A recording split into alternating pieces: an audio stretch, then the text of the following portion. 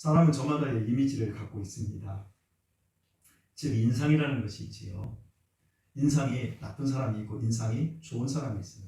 선선한 인상을 가진 사람이 있고 꽉 막힌 인상을 가진 사람도 있어요. 중요한 면접 시험에서 첫 인상이 구겨지면 그 사람이 어떤 실력을 월등하게 가졌다 할지라도 그 다음은 생각 하나 마나 낙방입니다. 그래서 첫 인상이 좋아야 돼요.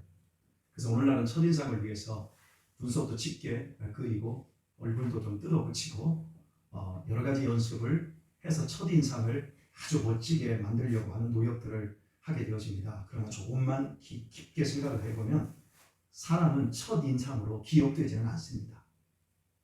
오래 기억되는 인상은 그 사람의 끝입니다. 여러분 각자 한번 생각해 보십시오. 여러분이 만났던 수많은 사람들 중에 지금은 전혀 만나지 않는 사람들이 있을 텐데요. 어떻습니까? 그들을 첫인상으로 기억합니까? 그 사람의 끝으로, 그 사람의 끝인상으로 생각하고 있지요. 끝인상이 좋아야 합니다. 첫인상이 아무리 좋았어도 교제했던 과정과 그 끝이 좋지 않다면 좋았던 첫인상은 이내 지워져 버립니다. 반면에 첫인상이 굉장히 나빴지만 그 끝이 좋았다면 좋지 않은 첫인상을 포함하여 전체가 아름답게 여겨집니다. 그래서 끝이 좋아야 합니다. 우리 인생은 언젠가 끝이 있습니다. 우리 모두는 그 마지막을 향해 지금 나아가고 있습니다. 그러므로 끝을 잘 마무리하는 것은 지혜 중에 지혜입니다. 그러나 중요한 점은 마무리는 끝에 가서 하는 것이 아니라는 거예요. 시작과 끝은 단절되어 있는 것이 아니라 과정이라는 지난한 시간을 함께 묶여 있기에 좋은 마무리는 반드시 현재를, 과정을 바르고 성실하게 살 때만이 주어질 수 있습니다. 많은 사람들이 이 점을 간과를 해버립니다. 오늘의 말씀으로 우리 모두 좋은 끝을 향해 우리 자신을 바르게 추스를 수 있는 기회가 될 수 있기를 바랍니다. 광풍 유라굴로가 몰아닥침과 동시에 알렉산드리아호는 죽음의 입구로 몰려가게 되었습니다. 목숨만이라도 부지하기 위해 모든 것을 버렸지만 풍랑은 조금도 수그러들지 않고 10여일 동안 계속되자 결국 신락 같은 삶의 희망마저 포기하고 말았습니다. 바로 그때 하나님의 말씀을 들은 바울은 지체 없이 절망에서 일어나 구원의 소식을 외쳤습니다. 비록 재산은 잃어버렸을지라도 생명에는 지장 없음을 내가 속하고 내가 섬기는 하나님이 말씀하셨다고 전하였고 나는 바로 그 하나님을 믿는다고 바울이 확신을 했습니다. 그리고는 이 배가 반드시 한 섬에 걸릴 것이라며 하나님과 하나님의 말씀에 대한 믿음의 해석을 가지고 자신 있게 단언하였습니다. 그러자 사람들의 마음 속에 살 수 있다라는 신락 같은 믿음이 일어났습니다.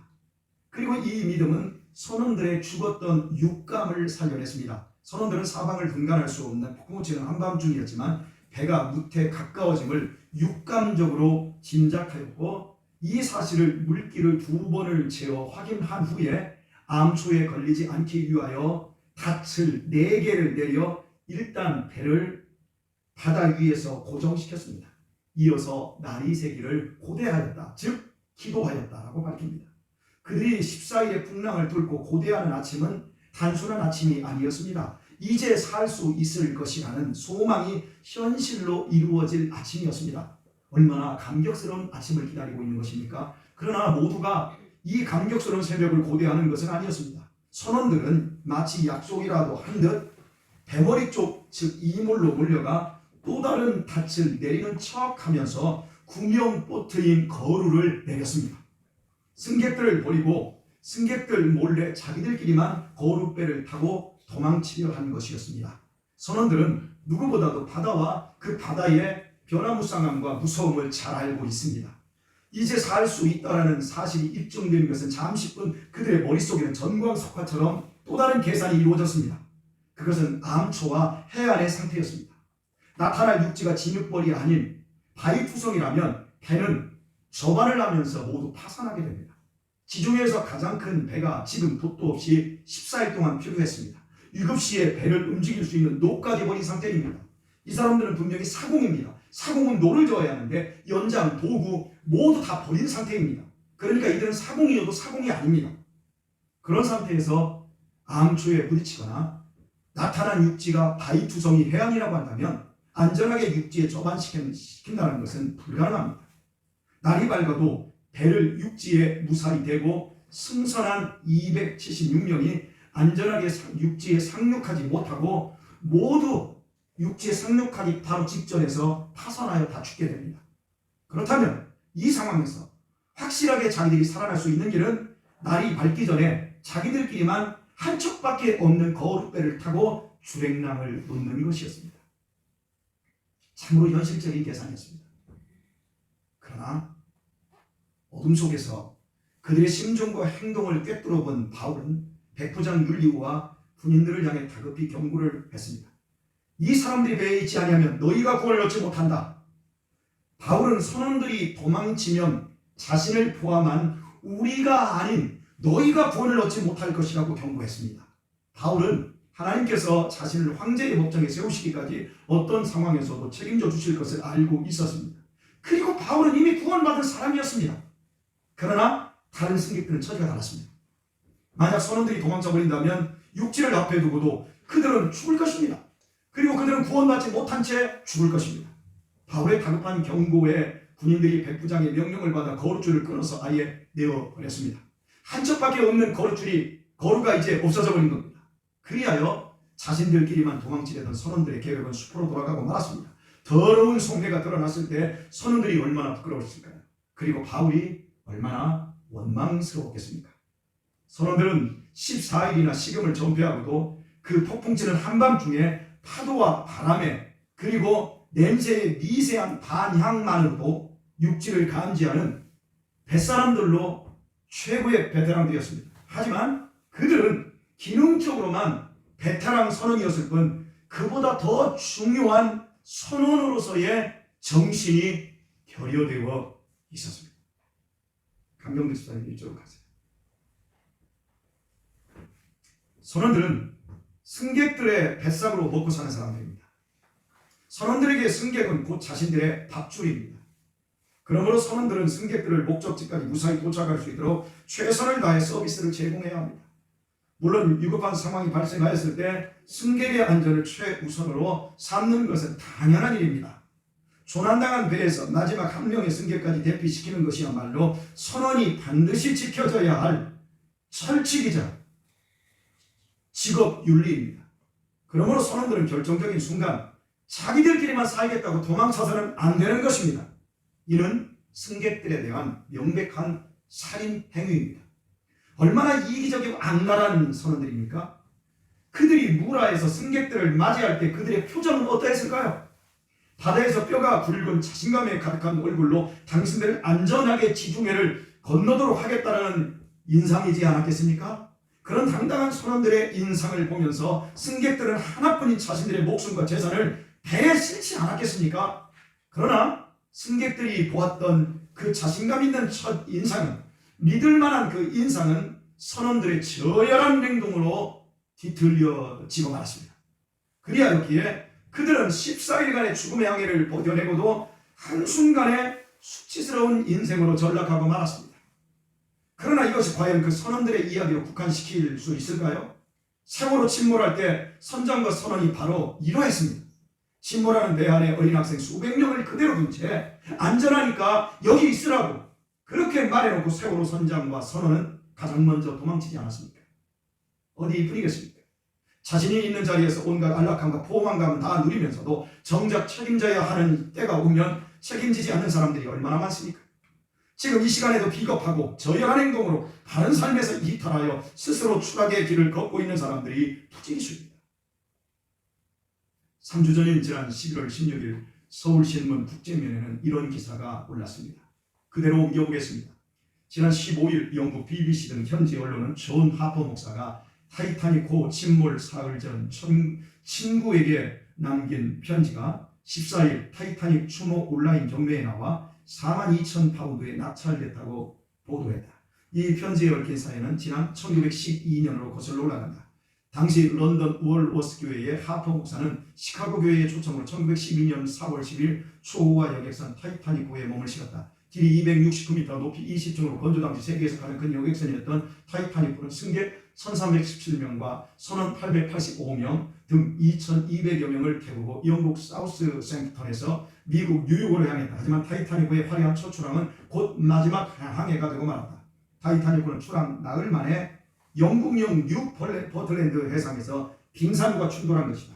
당시 타이타닉호에 부비된 구명정은 모두 20대로 승선 인원의 절반에 불과한 1,178명만 수용할 수 있었다. 승객들은 앞다투어 구명정에 오르려고 했고 여성과 어린 아이를 우선으로 태우라는 선장 비시에도 선원들과 충돌하기 시작했다. 아비규온과 같은 상황에서 하퍼 목사는 6살 난 유일한 보호자 자격으로 6살 난 딸의 유일한 보호자 자격으로 여동생과 함께 구명정에 탑승할 수 있었다. 하지만 가라앉는 배에서 터져나오는 절망적 비명을 외면하지 못한 하퍼 목사는 딸과 여동생을 구명정에 남겨둔 채 다시 침몰하는 배로 돌아갔다. 그리고는 승객들 사이를 돌아다니며 죽음의 순간 당신들 예수를 믿고 구원받으라고 외쳤다. 그러면서 한 승객에게 나보다는 당신에게 더 필요할 것이라며 자신이 입고 있던 구명조끼마저 벗어주고는 마지막 순간까지 예수 믿을 것을 외치다가 두 동강난 타이타닉호와 함께 차가운 바닷속으로 가라앉고 말았다. 그의 나이 39세였다. 하퍼 목사가 친구에게 보낸 편지는 특별한 내용은 담겨 있지 않지만 그의 숭고한 죽음을 기리며 높은 가치로 평가받았다. 기사 내용은 여기까지입니다. 하퍼 목사는 죽음의 순간까지 목사로서의 책임감과 목사된 윤리의식이 분명했습니다. 그리하여 그의 침몰하는 배 안으로 돌아와 복음을 외쳤고 믿음이 준비되지 않은 사람에게 구명조끼를 벗어주고는 장렬하게 자신의 삶을 마감할 수 있었습니다. 이런 하퍼 목사의 죽음의 순간 보여준 숭고한 삶은 100여 년이 지난 옛날 이야기고 또한 그의 얼굴을 우리가 본 적도 없지만 시간과 공간을 초월하여 그를 추억하는 것만으로도 그의 인상이 아름답게 그려지고 있는 것입니다. 즉 얼굴로 그 사람의 삶과 그 사람의 인상이 정해지는 것이 아니라 그 사람의 마지막에 가서는 삶으로 그의 인상이 만들어진다는 겁니다. 하퍼 목사의 기사가 보도된 그날 우리나라에서 국민 멘토로 추앙되던 48살의 젊은 스님 한 분이 형편없이 추락하는 일이 있었습니다. 그는 빼어난 이목구비에 온화하고 선선한 인상을 가진 참 좋은 스님입니다. 또한 그의 외모 못지않게 뛰어난 학력을 소유했습니다. 하버드에서 비교 종교학 석사, 프리스턴 대학에서 종교학 박사를 받은 후 햄프셔 대학의 종교학 교수로 7년을 재직하다가 우리나라 해인사에서 2013년에 출가를 했습니다. 그의 대표적인 저서 멈추면 비로소 보이는 것들로 그는 국민 멘토로 떠올랐습니다.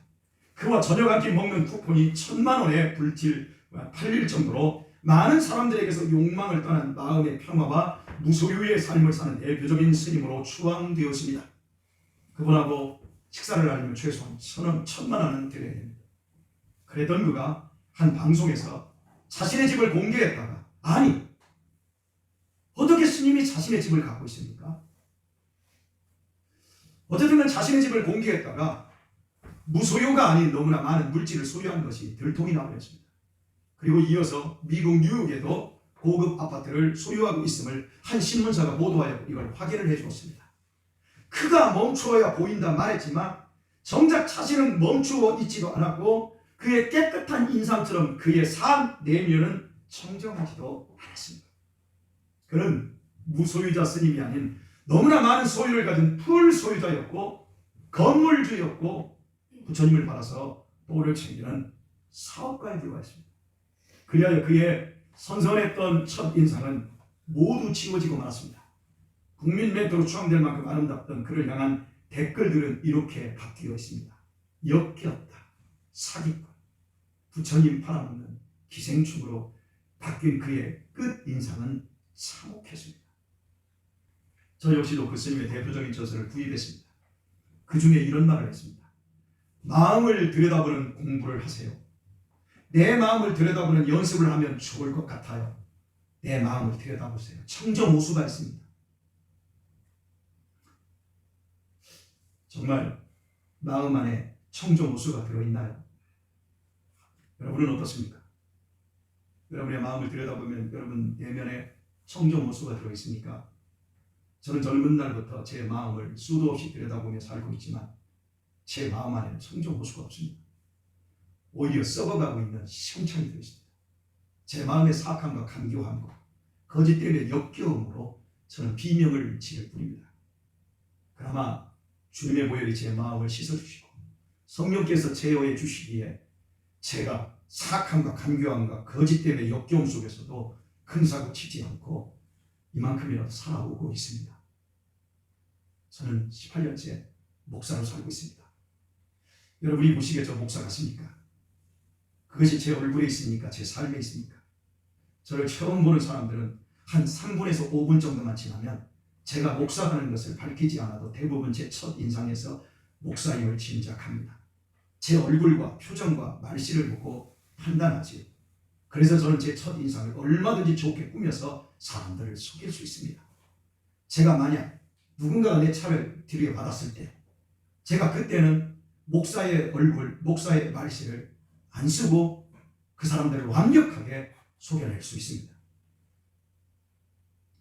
그러나 여러분에게만큼은 제가 어떤 표정을 짓고 어떤 말을 해도 제가 무엇을 해도 여러분을 속일 수는 없습니다. 왜냐하면 여러분의 대부분은 저와 함께 오랜 시간을 함께 해왔기에 제 인생과 제 인상과 상관없이 제 말투와 제 말과 상관없이 제가 어떤 사람임을 잘 알고 있기 때문입니다. 물론 여러분들 역시 저를 속일 수 없습니다. 저 또한 여러분의 표정과 말과 여러분의 행동과 상관없이 저는 여러분의 삶의 일거수일투족을 대부분 잘 알고 있기 때문입니다. 여러분이 보시기에 저는 목사 같습니까? 제가 여러분을 판단할 때 여러분의 말과 여러분의 얼굴로서 제가 여러분을 판단할 것 같습니까? 전혀 아닙니다. 삶으로 우리는 서로를 판단하고 있습니다. 그러므로 우리가 크리스찬으로 주님의 몸된 교회를 어떻게 섬겨야 할까요? 거기에서 우리의 진짜 인상이 결정되어집니다. 이것을 제가 누구보다도 잘 알고 있기에 저는 일찍부터 많은 고민을 했습니다. 그리고 제 스스로 목사로 사는 일에 여러 원칙들을 세웠고 그것을 지켜나가고 있습니다. 왜냐하면 제가 조금만 마음을 잘못 쓰면 주어진 목사의 소명에 언신하기보다는 제 이로움을 추구하는 직업군으로 전락할 수 있기 때문입니다. 제 집에는 텔레비전이 없습니다. 돈이 없어서 없는 것이 아닙니다. 또한 저는 컴퓨터나 핸드폰에 단 한 번도 게임을 깔아본 적이 없습니다. 물론 기본으로 장착된 것은 있습니다. 그러나 그 기본으로 장착된 것 역시 단 한 번도 가동을 해본 적이 없습니다. 이는 온전히 목양에 집중하기 위해서입니다. 더 많은 독서와 더 많은 성경 연구를 통해 목사로서 책임을 다하기 위한 스스로의 원칙이고 방편입니다. 또한 공식적인 새벽 기도회를 지금껏 단 한 번도 송탄에 있는 동안 빠져본 적이 없습니다. 알람 소리를 혹시라도 못 들을까 봐서 잠영종을 3개까지 옆에 두고 잠을 청했습니다. 아무리 몸이 좋지 않고 목이 나오지 않는 상황일지라도 저는 18년째 새벽 기도회를 이 자리를 지켰습니다. 이제는 시계 없이 4시 전후면 반드시 일어납니다. 뿐만 아니라 새벽 기도 후에 사택에 들어가서 다시 잠자리에 들지 않고 성경 연구와 독서를 했습니다. 이유는 새벽 기도를 끝난 성도님들 가운데는 자지 않고 곧바로 직장으로 나가는데 어떻게 목사가 다시 잠자리에 들 수 있을까라고 하는 양심의 가책도 있었습니다. 그래서 새벽 기도 후에 사택에 들어가서 제가 성경 연구를 하고 독서를 하기 위하여 새벽 기도에 나올 때 이미 샤워와 머리까지 다 감고 나오고 있습니다. 한겨울에는 샤워까지 하고 나오면 얼마나 추운지 모릅니다. 그래도 그 일을 꾸준히 해오고 있습니다. 그리하여 이 무식한 사람이 상당한 책을 읽을 수 있었고 덕분에 졸저지만 3권의 책과 3권의 성경 공부 교재를 만들어서 여러분들과 나눌 수 있었습니다. 이제는 여러분들이 많이 도와주셔서 제가 이 일을 벌었지만 새벽 차량 운행만큼은 개척 때부터 지금까지 꾸준히 해오고 있습니다. 그동안 운전하면서 한 번도 짜증내거나 속상해하지 않았습니다. 도리어 감사로 그 일을 했습니다. 앞으로도 봉사사역을 많이 나누겠지만 제 체력이 허락될 때까지 새벽 차량 운행만큼은 기쁘게 계속할 것입니다. 이것은 제 규칙입니다. 저의 목사됨을 바르게 살고자 하는 일종의 몸부림입니다. 물론 이 모든 것을 저를 부르시고 제 마음의 온전한 주인이신 주님께서 저를 지켜주셨기에 가능한 일이었음을 저는 잘 알고 있습니다. 저는 지금까지 단 한 번도 사례비를 올려달라고 청원한 적이 없습니다. 도리어 사례비를 올려주는 걸 제가 굳고 말리기는 했습니다. 고급 승용차를 사달라고 한 적도 없었습니다. 도리어 제 작년에 차를 구입할 때도 장로님들께서는 최소한 소나타 이상으로 중형차를 권하였지만 제가 소형차로 바꿨습니다. 그러나 제가 다른 목사님들보다는 성경의 역사 유적지를 많이 다녀왔습니다. 그것은 여행이 아닌 모두 공부를 위함이었습니다. 여러분이 제 설교 속에서 성지순례 경험이 얼마나 유익하게 여러분을 위해 쓰여지고 있는지 잘 아실 것입니다. 그래서 앞으로도 힘들지만 2번 정도는 더 성지 여행을 할 계획입니다. 교회의 재산과 관련하여 아무것도 제 이름으로 되어 있지 않습니다. 심지어 차량까지도 제 이름이 아닌 교회의 명의입니다. 오직 계약상 방법이 없어서 지금 살고 있는 아파트 월세 계약서에만 제 이름이 기재되어 있을 뿐입니다. 그러나 그 이름은 제 이름이지만 재산은 교회 것입니다. 어땠습니까? 올해 수양관에서 누가 온몸을 던져 일을 했습니까? 제 정부원들은 아십니다. 수양관 매입하는데 누가 헌금을 제일 많이 했습니까? 적은 것이었지만 제 2달치 사례비를 드렸습니다. 오해 마십시오. 자랑하고자 함이 아닙니다. 오히려 그 반대입니다. 지금껏 이렇게 목회를 잘했다고 자화자찬해놓고도 결정적인 순간 저 역시도 제 자신의 만족과 욕망을 채우기 위해서 예수님까지도 팔아먹을 수 있는 기생충으로 변할 수도 있음을 여러분에게 말씀드리고 싶은 것입니다. 많은 사람들이 자기를 믿고 열심히 교회를 섬기다가 미끄러지는 분들이 많은 것처럼 저 역시 똑같은 인간입니다. 저는 알렉산드리아 선원들만큼 매우 이기적이고 매우 기회주의적인 인간임을 제 자신이 너무나 잘 알고 있습니다. 그리고 저뿐만 아니라 여러분들 역시 그런 종류의 인간들임을 잘 알고 있습니다. 첫인상으로 너무 좋게 각인되었던 분들이 삶을 신중하게 살지 못하여 서로에게 상처와 아픔을 주는 일들이 얼마나 많습니까? 누구보다도 저는 제 자신의 이런 한심함을 잘 알고 있고, 그러나 제가 제 자신의 한심함을 잘 아는 것보다 하나님께서는 저보다 저의 한심함과 악함을 잘 알고 계십니다. 그럼에도 주님께서는 저를 당신의 종으로 부르셨습니다. 잘해서가 아니라 잘하라고 부르신 겁니다. 제가 잘난 사람이라 부른 것이 아니라 이제부터 너 잘 죽을 수 있는 사람으로 연습하고 훈련해서 네 끝을 아름답게 맺으라고 하나님이 저를 이 자리에 불러넣어 주신 겁니다. 그래서 저는 아무것도 자랑할 것이 없습니다. 그런데 이 사실을 잘 알고 있지만 그럼에도 저는 도저히 목사로서의 삶을 잘 해낼 자신이라고는 손톱만큼도 없습니다. 이것이 사명이 아니라면 저는 그냥 내려놓고 싶습니다. 그러나 주님이 불러주셨기에 어쩔 수 없이 이 길을 갑니다. 가더라도 제대로 가야 되기 때문에 감사하게 가려고 애를 그래서 매일 주님께 엎드립니다. 한순간도 저를 떠나지 마시고 분초마다 시험하시고 아침 저녁으로 권징해 줄 것을 주님께 구하며 여기까지 왔습니다.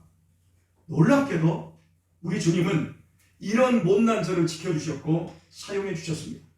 시궁창 같은 저의 내면에 생명수를 공급시켜 주셨습니다. 욕망과 이기적인 마음을 내려놓고 견디고 양보할 수 있는 용기를 공급시켜 주셨습니다. 제가 조금이라도 허튼 짓을 하면 주님은 여지없이 저를 때려주셨고 너무나도 감사한 건 저의 작은 헌신에도 넘치는 복을 허락해 주시고 저를 복되게 이끌어 주셨습니다. 오늘 제가 조금이라도 목사답게 사역하고 있다면 이 모든 것은 하나님의 은혜일 뿐입니다. 오직 하나님께만 영광을 돌립니다. 오늘의 말씀을 맺겠습니다. 저는 50이 되던 재작년 송구 영신 예배가 끝나고 집에 들어가 유언장을 작성했습니다. 이 역시 저의 목사됨을 지키며 유한한 인생의 날 끝을 바라보며 저 자신의 사명을 잘 추스르기 위해서였습니다. 그랬더니 우리 연세 드신 성도님들 몇 분이 목사님이 나이가 몇 살인데 무슨 기분 나쁘게 그런 유언장을 쓰셨냐고 저한테 남을 하시더라고요. 그런데요, 들어보십시오. 안주하게 될 나이가 되면 내 밥그릇만을 챙긴다라는 말을 저는 수시로 들어왔고 또한 그런 모습을 선배 목사님들에게서 실제로 보아왔기에 하나님의 종된 사명에 녹슬지 않고 달려갈 길을 마치고자 이른 나이 50에 유언장을 쓰게 된 것입니다. 이후 사역의 버거움과 실망으로 마음이 무너질 때면 저는 수시로 컴퓨터를 열어 제 봉인된 유언장을 열어보며 제 자신을 다잡습니다. 내가 이렇게 결심했지. 내가 이렇게 유언을 남겨놓고 내가 지금 뭐하는 짓이지? 내년에 50이 되는 김지호 집사님 쓰세요. 쓰셔야 합니다. 아직도 60이 넘고 70이 넘었는데 혹시 유언장을 안 쓰셨던 분들은 쓰세요. 마지막의 유언은 오늘 우리의 삶으로 결정되는 겁니다. 마지막 죽어가면서 자식 손 잡고 온갖 뺀질거리면서 인생을 살았던 사람이 너 믿음 생활 잘해라. 너 술, 담배 끊어라. 그리고 자기는 가족들과 형제들과 동기관과 화목하지도 못했으면서 형제 우애하면서 살아라. 그따위 소리 한다고 해서 그게 유언이 되는 게 아니에요. 오직 삶입니다. 사랑하는 우리 교회 여러분, 세월 속에서 나의 이로움과 욕망을 위해 소명이 변질되지 않게 주의하십시오. 여러분 변질되면 여러분의 인상도 변질되고 여러분의 삶도 엉망진창이 됩니다. 우리는 구원받은 죄인입니다. 나는 여전히 더럽고 추악한 죄인인데 예수님의 십자가의 보혈의 피로 사랑으로 나를 덮어서 구원받은 죄인이 되었습니다. 그래서 하나님의 은혜와 도움 없이는 아무것도 지켜낼 수 없는 한심한 인간들입니다. 멈추면 보이는 것이 아니라 믿음으로 달려갈 때 보이는 겁니다. 멈춰서 밤새도록 게임이나 하고 멈춰서 세상에 온갖 더러운 것들 욕망을 마음껏 부리면서 뭐가 보여요? 믿음으로 매진하고 달려갈 때 그때 보이는 거예요. 그때 하나님의 은혜와 도움 없이는 아무것도 지켜낼 수 없다는 것을 깨닫게 되어집니다. 부디 우리 교우님들 바른 믿음으로 남은 날들을 신실하게 살아 우리의 첫인상은 어떠하였는지 몰라도 우리의 끝인상만큼은 아름답게 맺어지고 천국에서 이 다음에 넉넉하게 상받는 성도들 되시기를 예수님의 이름으로 축원드립니다.